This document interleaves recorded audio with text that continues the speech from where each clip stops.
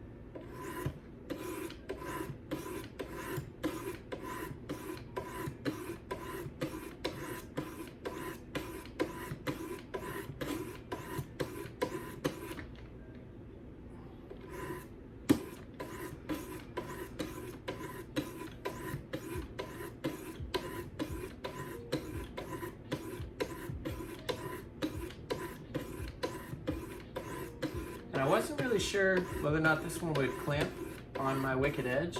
I was able to get it clamped with no issue. However, I couldn't use my depth key.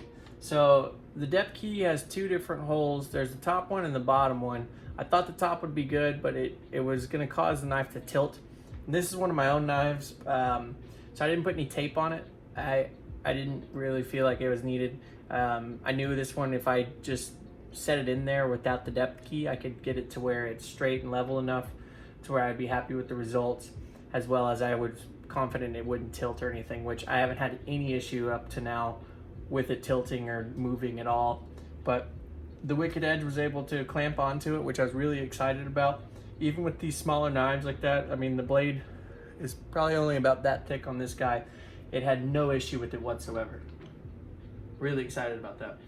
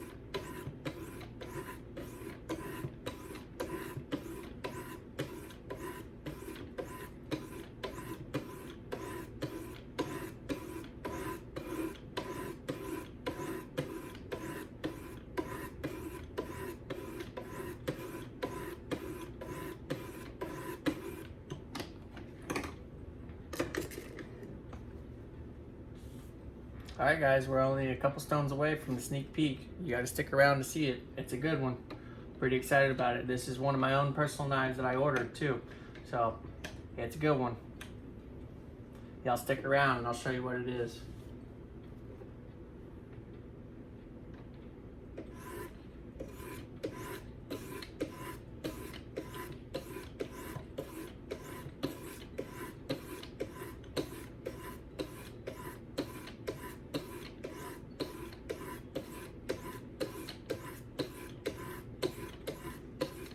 In terms of level of difficulty for this guy to sharpen, it is the AUS 8 steel, if I'm not mistaken. It's either,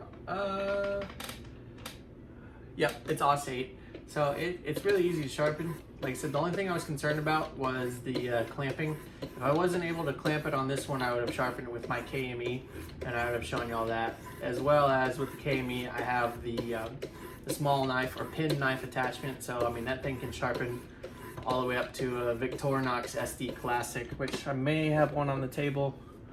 No, I put it up.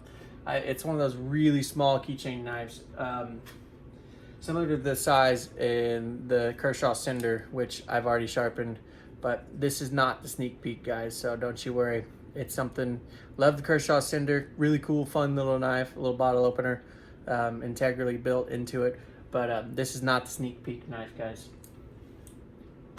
Not that that's a bad knife or that I have anything negative to say about the Cinder. That's just not the one that we're gonna do the reveal on. But y'all are gonna want to stick around to see it.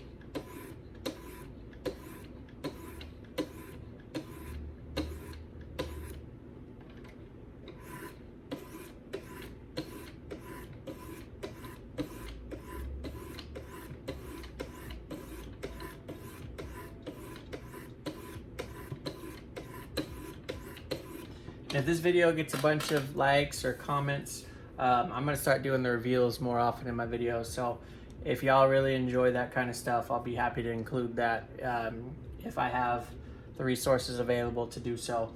But if y'all really hit up a bunch of likes or comments that y'all are enjoying the videos or requests for videos, I'll keep doing the reveals in each one. I think that'd be kind of fun for you guys.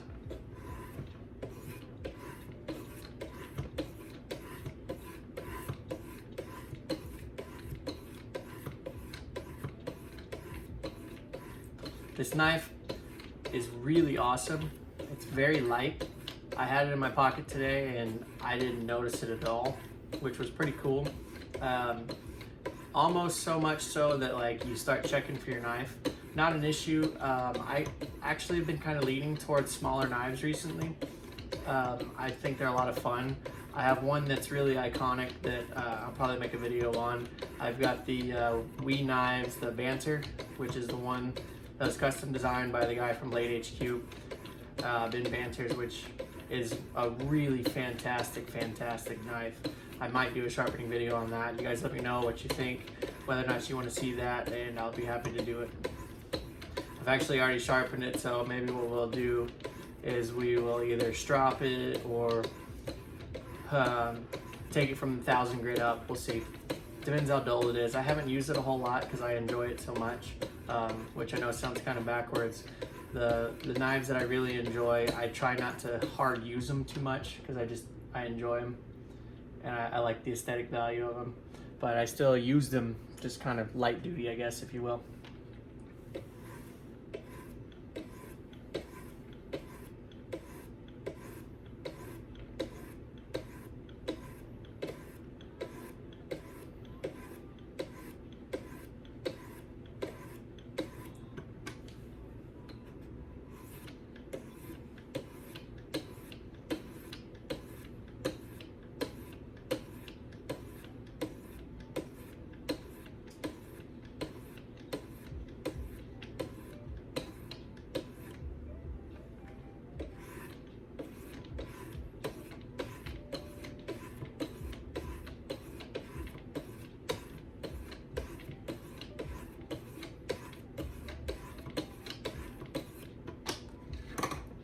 All right, guys. Here comes the 2200 grit stones, and as promised, I'm gonna give y'all a sneak peek. So we're at the 2200 grit, and as promised, y'all ready for this? Here we go. I got it in my hand. There's a little, I don't know if you can see it yet, but boom. There we go. We got the Spyderco. This is the Caribbean leaf. I think if that's the correct name. I know it's usually referred to as the leaf, and I got the sheep's foot style blade. The handles are really cool. They're slightly textured, like you can feel the ridges, and then this smooth part.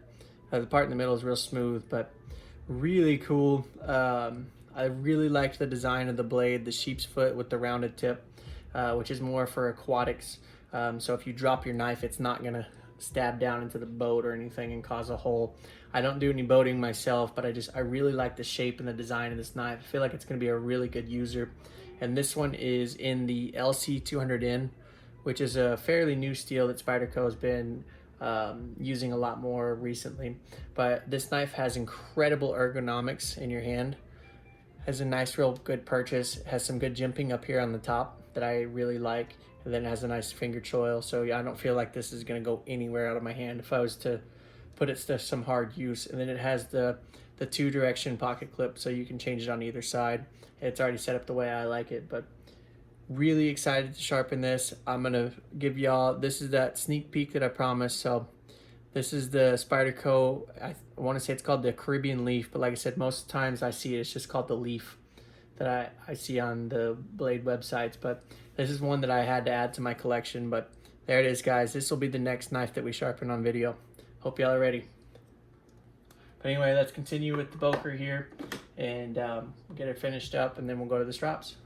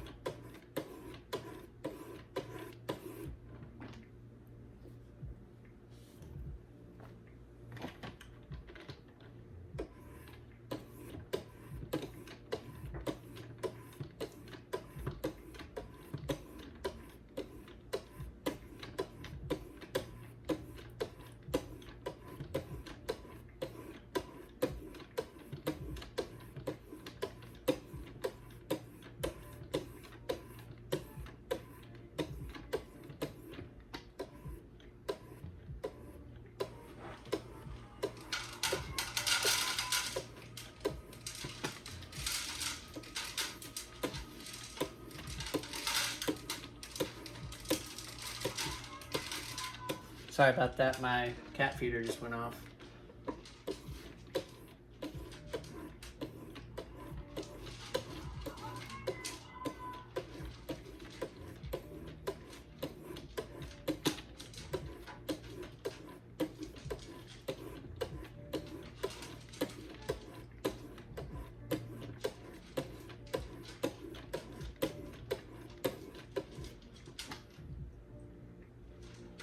Really nice edge. One thing I may or may not have mentioned, I don't know if I did, but this one, I'm all the way at 26 on my wicked edge, and I think let's see, I got it written down here in my logbook. I'm at 26.10 on this knife on each side, which I thought was pretty weird. I was expecting it to be more closer to 20. I guess it's the blade size and kind of how it was clamped. Not an issue or a fault of the knife. I guess I was just kind of surprised. I thought it would have had a more acute angle.